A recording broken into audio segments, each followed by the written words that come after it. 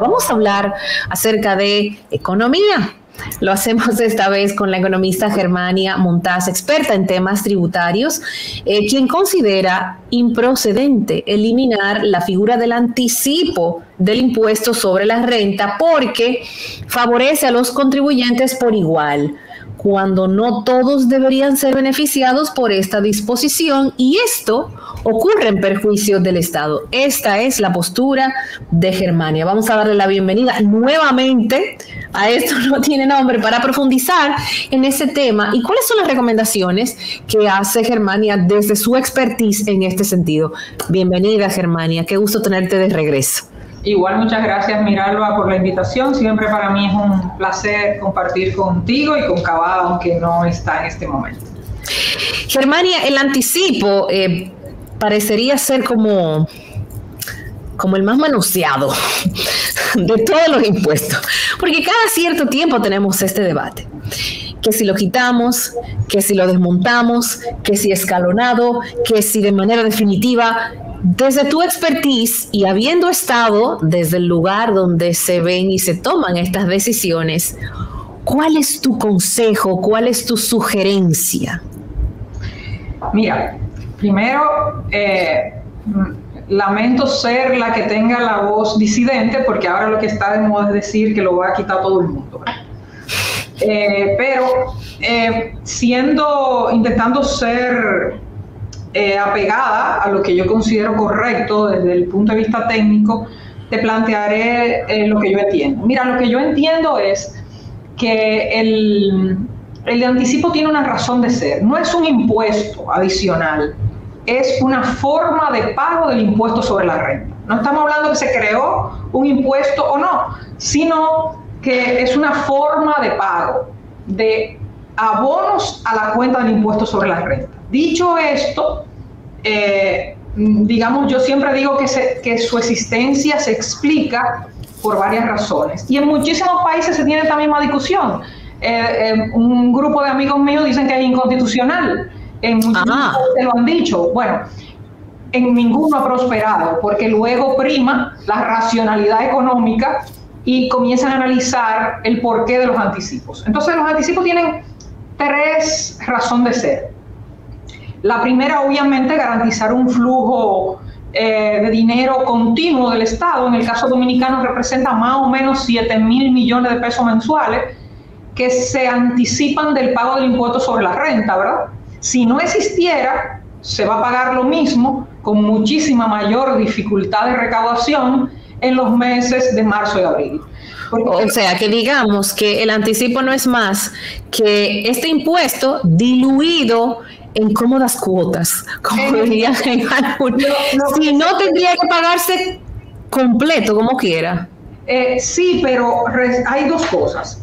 Antes, hasta 2004, si mi memoria no me falla, el impuesto, el anticipo era diferente. No era un anticipo puro y simple, o sea, un abono a una cuenta, era lo que se denominaba impuesto mínimo. Y en ese caso sí, tú pagabas sí o sí ese mínimo. Entonces, en ese caso se convertía, tenía otro tipo de impacto, ¿verdad? Se convertía en un impuesto mínimo a pagar. ¿Qué ocurre digamos, déjame concluir con las tres razones? Sí. Pero la primera, el flujo del gobierno. La segunda es facilitar el comportamiento de pago. Siempre se han estudiado estos temas y hace muchísimos años se ha venido estudiando el comportamiento de un contribuyente que tiene que pagar 100 en abril versus el comportamiento de ese mismo contribuyente que tiene que pagar de a 8 todos los meses. Existe una tendencia a no guardar el dinero para pagarlo. El mejor ejemplo es, qué sé yo, los pasivos laborales. Tú vas a cualquier empresa y ese dinero rompe ahí, ¿verdad? Entonces comienzan, no, que yo lo invertí, que yo lo gasté, que lo usé para otra cosa, etcétera, etcétera. El tercero es, imagínate tú que todas las empresas dominicanas fueran en abril a sacar el dinero de su banco para pagar el impuesto sobre la renta. Es decir, un monto diluido en el año, van a salir a buscar más de 130,000 millones de pesos en un mismo mes. Eso también tiene un tema de orden económico relacionado con el tema monetario. O sea, fíjate que te estoy dando 3 cosas racionales Sí. por las que existen. Ahora Y te bien, confieso que yo soy una de las que yo no quisiera pagar el anticipo, voy a ser honesta. no, Pero lo que me estás diciendo me hace sentido, o sea, tiene una lógica. ahora bien, ¿cuál es el gran problema del anticipo? El gran problema del anticipo es que en el caso dominicano, el Código Tributario suele ignorar el concepto de segmentación, o sea, suele tener disposiciones generalizadas. Por ejemplo, no es verdad que el anticipo le afecta igual a un comercio que se pasa 365 días del año cobrando de contado, incluyendo cobrando el ITEVIS, que es dinero del consumidor que también utiliza por días sin tener que pagar nada a cambio, ¿verdad? O sea, no es verdad que la situación de ese es la misma que el tuyo. ¿No es verdad? Entonces... No es verdad. La liquidez es diferente, el flujo es diferente, el volumen es diferente. Correcto. Y a ese contribuyente, en el 95% de los casos, no le va a quedar un saldo a pagar, porque el efecto precio va ajustando y la posibilidad de que este año pague menos que el anterior es súper baja. Tiene que darse un caso como 2020. Claro. O pasó, por ejemplo, en algunas zonas hoteleras donde viene un ciclón, arrasa con todo y obviamente no va a ser igual, o se da el caso de una catástrofe natural. Pero eso te iba a decir, en ambos casos son cosas demasiado raras de ver. Y ojo, el código tiene una salida para ese tema. Incluso, fíjate lo que dice el código. Dice que cuando un contribuyente demuestre una reducción significativa de sus rentas, puede solicitar una disminución de los anticipos. Lo que pasa es que la administración suele ser reacia a cumplir con esa disposición y primero dice que no y después... Eso te iba a preguntar, y eso se cumple, eso se pondera. Bueno, yo no puedo decir si se cumple o no, pero sé que es difícil que se cumpla. Ahora, yo también estoy convencida que si tú lo haces, lo documentas, se cumple. O sea, que depende. Pero es complejo para alguien que típicamente no tiene tiempo para estar pagando mientras me responde la DGI tantos meses después. O sea, que claro, eso se entiende. Fíjate que también el código tiene una disposición para establecer un procedimiento especial cuando se trate, por ejemplo, de personas con establecimientos o actividades comerciales cuyo ingreso sea igual o menor, en ese momento, que es viejísimo ese párrafo, fueran 5 millones. ¿Qué es lo que ocurre? Lo que ocurre es que como nos da tanto trabajo segmentar y atender a los contribuyentes según su necesidad, generalizamos y hay que quitar el anticipo. Y entonces tú, que posiblemente un año facturas muy bien y al otro no, y que te ves penalizado, quiere que quiten el anticipo porque es más fácil que se lo quiten a todo el mundo que busquen un procedimiento para el tuyo, para el caso particular. No sé si tú entiendes mi lógica. Mi lógica sí, es porque hay que quitarlo a todo el mundo, cuando no todo el mundo le aplica, le afecta, le impacta de la misma manera. Exactamente. Entonces, ¿por qué hacerlo? Si eso tiene una razón de ser. ¿Por qué es tan difícil para el Estado segmentar? Si sería lo más justo, porque como bien tú planteas, no es lo mismo. O sea, hay empresas que tienen condiciones muy diferentes a otras. Entonces, de la misma manera que no es igual, también aplica para decir que hay otras empresas que están en desventaja. Mira, ¿por qué es tan difícil? Por la debilidad institucional, me explico. No me refiero a una administración actual, estoy hablando en términos generales. En general, exacto. En general. ¿Qué es lo que ocurre? ¿Qué es lo más sencillo de gestionar? Lo general. Si a ti te dicen, todo el mundo paga esto, es sencillo de gestionar porque tú no tienes que romperte la cabeza de crear segmentos y un sistema. Pero podría haber tres, no podría haber tres esquemas. Pueden haber muchísimas. Oye, yo te pongo un ejemplo, perdón, muy sencillo. Sí. Antes, cuando tú declarabas impuestos sobre la renta, tú tenías la posibilidad de deducir cosas como persona, ¿verdad?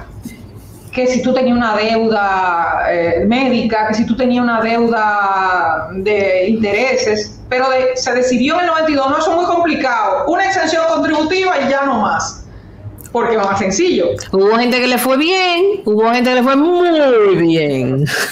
Y en el caso, por ejemplo, tuve el caso de Estados Unidos, y en Estados Unidos las deducciones de las personas son tan complicadas que llegan a si tú tienes un hijo, dos hijos, si tienes un hijo que es especial o no es especial, si cuida a tu abuela o no cuida a tu abuela, si vive en la zona, o sea, llegan a un nivel de sofisticación para segmentar que no todo el mundo puede darse el lujo de hacerlo. Por eso, en mi opinión, nos hará avanzar mucho cuando reconozcamos, incluso nos va a permitir mejorar la percepción que tiene la gente de la aplicación de una ley que es tan general. Nos va a ayudar mucho segmentar y comenzar a decir, mira, si este segmento, todo el que le paga le retiene, pero ¿para qué entonces tú le vas a poner un anticipo? Si este segmento tiene una actividad cuyo retraso en el pago tradicional, sobre todo en la actividad de servicios, es 90 días, pues ¿para qué se lo va a poner mensual? Si hay una cantidad de elementos que se pudieran tomar en cuenta para hacer el sistema más justo, lo cual no quiere decir que el de ahora esté mal, pero es tan general, exacto, que tiende a ser injusto.